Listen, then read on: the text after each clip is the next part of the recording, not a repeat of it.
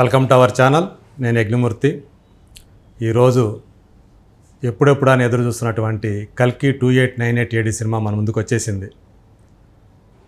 ప్రభాస్, అమితాబ్ బచ్చన్, దీపికా పడుకొనే, శోభన, పశుపతి ఇలాంటి గొప్ప పేరు పొందినటువంటి తారాగణం అంతా ఈ సినిమాలో ఉన్నారు.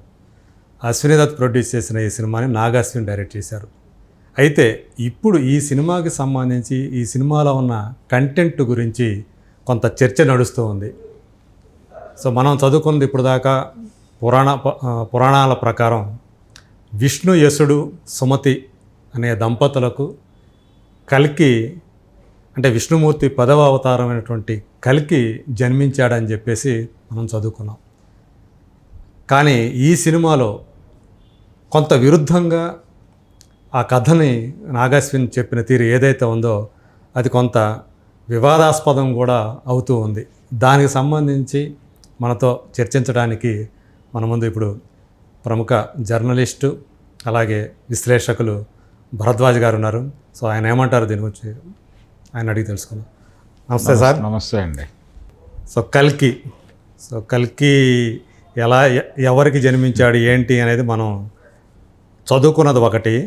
ఈ సినిమా చూసేటప్పటికి కల్కి 2898 చూస్తే కొంత కన్ఫ్యూజన్కు గురవుతున్న సందర్భం కనిపిస్తుంది. ఎందుకంటే ఆ పాత్ర సుమతి అనే పాత్ర కనిపించింది, కానీ ఆమెకు మొదట పేరు కూడా లేదు. ఆమెని కేవలం ఒక ఆబ్జెక్ట్ కింద మాత్రమే చూపించారు ఈ సినిమాలో. అంటే దర్శకుడు ఊహలో ఏదైతే ఉందో, ఆయన కల్పనలో ఏదైతే ఉందో, అంటే 2898వ సంవత్సరం నాటికి ఇలా ఉంటుంది అని ఆయన ఊహించుకుని ఏదైతే చేశాడో అది మనం చదువుకున్న దానికి చాలా విరుద్ధంగా కనిపిస్తూ ఉంది. దీన్ని మీరేమంటారు? అంటే మనం చదువుకున్నది ఇప్పుడు ప్రవచనకారులు చెప్తున్నది ఇదంతా కూడా అంటే ఆ శంబల గ్రామము అనే అన్నారు. అవును, ఇక్కడ ఒక మరో ప్రపంచంలాగా చూపించారు. శంబల గ్రామంలో సుమతి కడుపును ఆయన పుడతాడు అవును అనేది ప్రవచనకారులు చెప్తూనే ఉన్నారు. అది రాసి ఉంది కూడా, చదువుకున్నది కూడా అదే. కాకపోతే దీనిలో కన్ఫ్యూజన్ ఏంటంటే ఇక్కడ మనకి దాదాపుగా కంసుడి తరహాలో ఒక పాత్రను డిజైన్ చేశారు.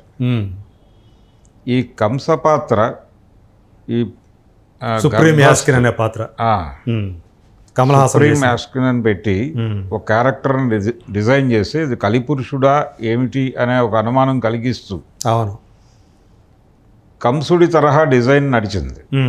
ఈ కంసుడి తరహా డిజైన్ నడవటము, అలాగే అతని ప్రధానమైనటువంటి ఆబ్జెక్ట్ ఏమిటి, తనని హతమార్చేటువంటి శక్తి పుట్టబోతోంది అనేది తనకు తెలుసు. అవును, ఇది కూడా భాగవతమే. అవును, ఇది కూడా కంసపాత్ర ఇన్ఫ్లుయెన్స్. అంటే దేవకి కడుపున పుట్టబోయేవాడు తనను సంహరిస్తాడు అనేది తెలుసు. తెలిసి అక్కడ పుట్టిన ప్రతి బిడ్డని చంపడం మొదలవుతుంది. అవును, మొదలైన తర్వాత లేదు అష్టమ గర్భం ద్వారా నీకు ప్రమాదం ఉంది అని చెప్పి తెలిసిన తర్వాత అష్టమ గర్భం కోసం వెయిట్ చేస్తాడు. శరీరవాణి చెప్పిన తర్వాత ఆ మహామాయ పుడుతుంది. దానికంటే ముందే కృష్ణుడిని అక్కడి నుంచి తరలిస్తారు. అవును, వసుదేవుడి ద్వారా అక్కడ యశోద దగ్గరికి తరలించటం ఇదంతా మనకి తెలిసిన కథే. అయితే ఈ కథకి బైబిల్లో క్రీస్తు జననానికి చాలా పోలికలు కనిపిస్తాయి. క్రీస్తు కూడా అంటే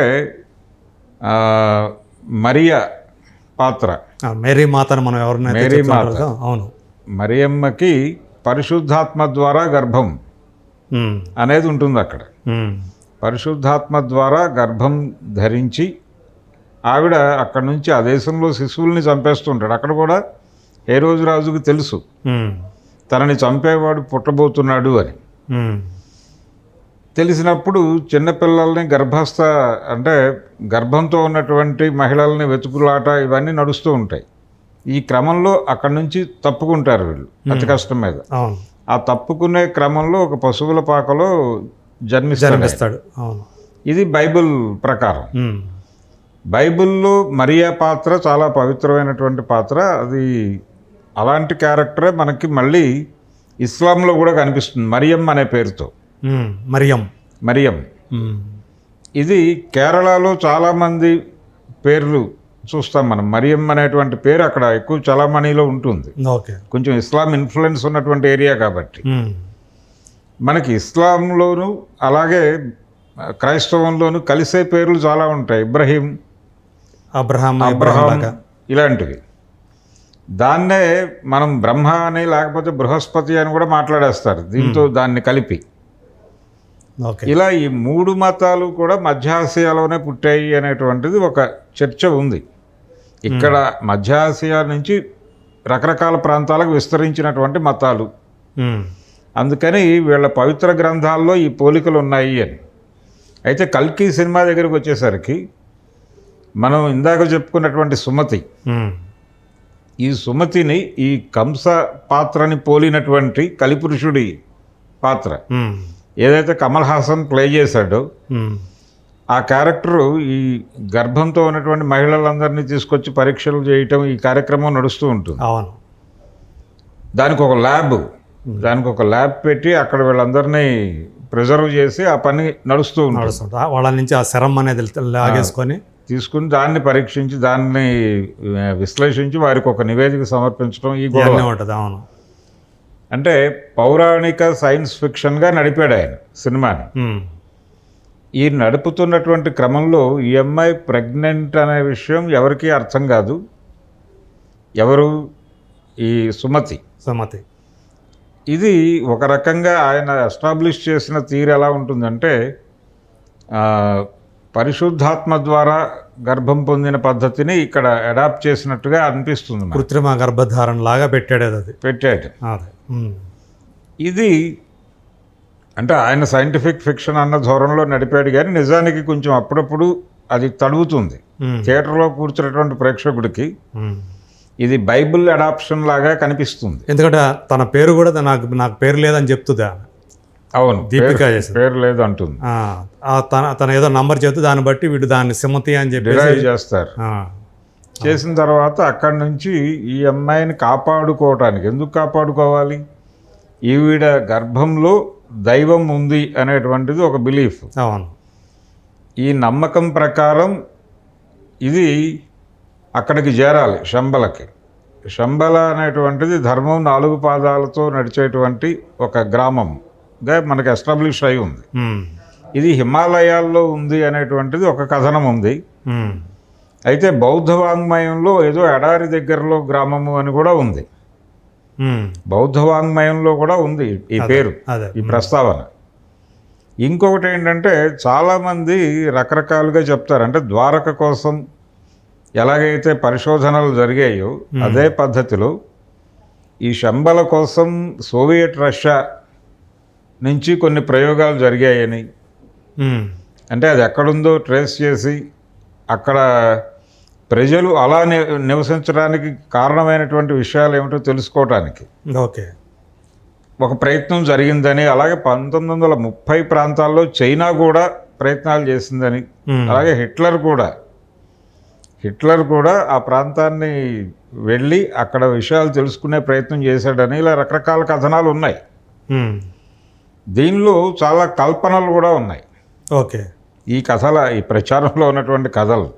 అయితే ఈ కథలు ప్రచారంలో ఉన్నాయి అనే దాన్ని కూడా ఈయన ఎక్నాలజీ చేసే ప్రయత్నం చేశాడు నాగశ్విన్. మనకి ఒక విగ్రహం కనిపిస్తుంది ఈ సినిమాలో. అంటే ఒక ఫారినర్ కోటు సూటు బూటు వేసుకున్నటువంటి ఒక పెద్ద విగ్రహం కనిపిస్తుంది. ఏది శంబలకిను అలాగే ఈయన చెప్పినటువంటి కాంప్లెక్స్కి మధ్యలో. ఈ కాంప్లెక్స్ అంటే ఏమిటి? అది ఒక కార్పొరేట్ రాజ్యం. ఆ కార్పొరేట్ రాజ్యాన్ని ఎవరు నడుపుతూ ఉంటాడు? కలిపురుషుడు నడుపుతాడు. అంటే ఏం చెప్పదలుచుకున్నాడు ఈ డైరెక్టరు? కలియుగం అనేది కలిపురుషుడు, ఈ కలిపురుషుడు కార్పొరేట్ అవతారంలో కనిపిస్తాడా, అలాంటి ఊహ ఏదైనా ఉందా ఆయనకి, నాగశ్వనికి అనేది ఒకటి చూడాలి. అక్కడ చాలా సుఖాలు ఉంటాయి, సుఖవంతమైన జీవితం ఉంటుంది. దానికోసం ఇతను తహదాలాడుతూ ఉంటాడు ప్రభాస్ భైరవ పాత్ర. ఈ భైరవ పాత్ర చాలా ఇబ్బందికరమైనటువంటి పరిస్థితుల్లో ఆయన జీవనం నడుస్తోంది. ఇంటి అద్దె కూడా కట్టలేనటువంటి పరిస్థితుల్లో అతను జీవిస్తున్నాడు అనేది చూపిస్తాడు. ఇది ఫైనల్గా ఏమిటి ఆ క్యారెక్టర్ అంటే మహాభారతంలో కర్ణుడి పాత్ర. ఉమ్. కర్ణుడి పాత్రగా చెప్తాడు చివరికి, క్లైమాక్స్కి తేలుస్తాడు దాన్ని. ఉమ్. తేల్చి అంటే కర్ణుడి పాత్రకు సంబంధించి మనకున్న ఇంప్రెషన్ ఏంటి, ఆయన కూడా పెద్ద స్థితిమంతుడేం కాదు. అవును. స్థితిమంతుడు కేవలం కాదు, దుర్యోధనుడి వల్ల అతను అంగరాజ్యానికి రాజు కాగలిగాడు. అంతే. ఉమ్. వాస్తవానికి చాలా పేదవాడు మాత్రమే కాదు, ఒక రధికుడి కొడుకు అతను. అవును. అంటే ఆ కొడుకుగా పెరుగుతాడు, వాళ్ళు పెంపుడు తల్లిదండ్రులు వాళ్ళు. అక్కడ పెరుగుతాడు. అంతే తప్ప అతను కుంతి కుమారుడే. ఉమ్. కుంతికి సూర్యుడి ద్వారా సంభవించినటువంటి కుమారుడు. గంగానది నుంచి వచ్చి కొట్టుకొని వచ్చాడు కాబట్టి గాంగేయుడు అన్నారు. గాంగేయుడు అన్నారు. ఇలా రకరకాల పేర్లు, రకరకాల రాధేయుడు అని కూడా అంటారు. అంటే పెంచిన తల్లి పేరు రాధ అవటం వలన రాధేయుడు అంటారు. ఉమ్. ఏది ఏమైనప్పటికీ అతన్ని దిగువ కులంగానే చూశారు. కుల సమస్య ఉంది అక్కడ, కుల వివక్ష ఉంది. అలాగే స్థితిమంతుడు కాదు, కొంచెం అనార్కిక్గా ఉంటాడు. అనార్కిక్గా ఉండేవాళ్ళ లక్షణాలు కొంచెం ప్రోస్ట్రేట్ కూడా నడుస్తారు వీళ్ళు. అంటే వీళ్ళకు ఉండేటువంటి ఆ ఎదుగుదల మీద ఉన్నటువంటి కోరికతో స్ట్రైట్కి అనుకూలమైనటువంటి నిర్ణయాలు కూడా ఒక్కొక్కసారి తీసేసుకుంటారు వీళ్ళు. అందులో భాగంగానే ఇతను ఈ అమ్మాయిని తిరిగి అప్పచెబితే భారీ ప్రైజ్ మనీ ఒకటి అనౌన్స్మెంట్ జరుగుతుంది. దాన్ని గెలుచుకోవాలనేటువంటి ఒక ప్రోగ్రామ్ తీసుకుంటాడు ఇతను. గెలుచుకొని కాంప్లెక్స్లోకి వెళ్ళొచ్చు అని వెళ్ళొచ్చు అని ఒక ఆఫర్ ఇస్తారు వాళ్ళు. కాంప్లెక్స్లోకి మేము ప్రవేశపెడతాం నిన్ను. అవును. అది తన జీవితంలో ఒక ఎదుగుదలగా చూస్తాడు అతను. ఆ ఎదుగుదలగా చూసి ఈ ఆఫర్కి లొంగి ఇటు వస్తాడు. అవును. అది చూసేవాడికి, అంటే సినిమా చూసేవాడికి కొంచెం ఇబ్బందికరంగా కనిపిస్తుంది. నెగిటివ్ సైడ్ కనిపిస్తూ ఉంటుంది. అంటే నెగిటివ్గా వీళ్ళు ఫీల్ అవుతారు. కానీ క్యారెక్టర్ నుంచి ఆలోచిస్తే అది కరెక్ట్ అన్నట్టు. అది కరెక్టే, అతను అలా బిహేవ్ చేయటం కరెక్టే. సో అలా రకరకాల ధోరణులు ఉన్నాయి సినిమాలో, రకరకాల కలబోతలు ఉన్నాయి. ఈ కలబోతలు ఇవన్నీ కలిసి, అంటే మనం చదివినటువంటి ఇది ఒక రకంగా మైథలాజికల్ ఫిక్షన్ అనుకుంటే, హైందవ పురాణాల నేపథ్యంలో నడిచినటువంటి కథ ఇది. మనకి చాలా ఇంగ్లీషు సినిమాలు వచ్చినాయి ఈ మధ్యకాలంలో. ఆ సినిమాల్లో మీకు బైబిల్లో ఉన్నటువంటి క్యారెక్టర్లు ఇప్పుడు లైఫ్లో రన్ అవుతూ ఉంటాయి. రన్ అవుతూ ఇప్పటి ప్రపంచాన్ని చూసి అవి వ్యాఖ్యానిస్తాయి. ఆ ధోరణిని అక్కడి నుంచి అడాప్ట్ చేసుకున్నాడు ఈయన. అంటే ఇతను ఒకవేళ ఈ సినిమాని ఒక గ్లోబల్ స్టేజ్ మీదకి తీసుకెళ్తున్నాడు కాబట్టి, సో వాళ్ళందరినీ దృష్టిలో పెట్టుకొని, అంతర్జాతీయ ప్రేక్షకులను దృష్టిలో పెట్టుకొని ఇలా ఈ మరియమ్మ అనే పాత్రను పెట్టడం కానీ, ఆ పాత్రల పేర్లు అవునంటే పెట్టడం కానీ, రాజేంద్ర ప్రసాద్ శంబలలో ప్రధానంగా అక్కడ ప్రజలందరూ ఒక అమ్మదేవతకి, అమ్మదేవత పూజలో ఉన్నారు అన్నట్టుగా ఒక ఎస్టాబ్లిష్మెంట్ ఉంటుంది ఈ సినిమాలో. అది ఇతర గ్రంథాల్లో కానీ మరొక చోట కానీ ఉన్నట్టుగా నేను ఎక్కడ చదవలేదు. అదే అయితే ఈ సినిమాలో అది ఎస్టాబ్లిష్ చేశాడు ఆయన. మరి శంబాలని కనుక ఎస్టాబ్లిష్ చేసిన వ్యక్తే ఈ పాత్రల్ని, అంటే సుమతి అనే పాత్రని అలా తయారు చేయడంలో అతని ఉద్దేశం ఏమై ఉంటుంది? అంటే సుమతి మాత్రమే కాదండి, అదే నేను చెప్పవస్తుంది ఏంటంటే అక్కడ మరియా అనే ఒక క్యారెక్టర్ని ఇంట్రడ్యూస్ శోభన చేసినటువంటి క్యారెక్టర్. ఇది కూడా కొన్ని అనుమానాలకు దారితీసే పద్ధతిలో ఉంది అది. ఇలా ఒక అంటే గ్లోబల్ ఆడియన్స్ని టచ్ చేయటం కోసం ఈ తరహా కల్పన చేశాడా అనేది కూడా కొంతవరకు ఆలోచించ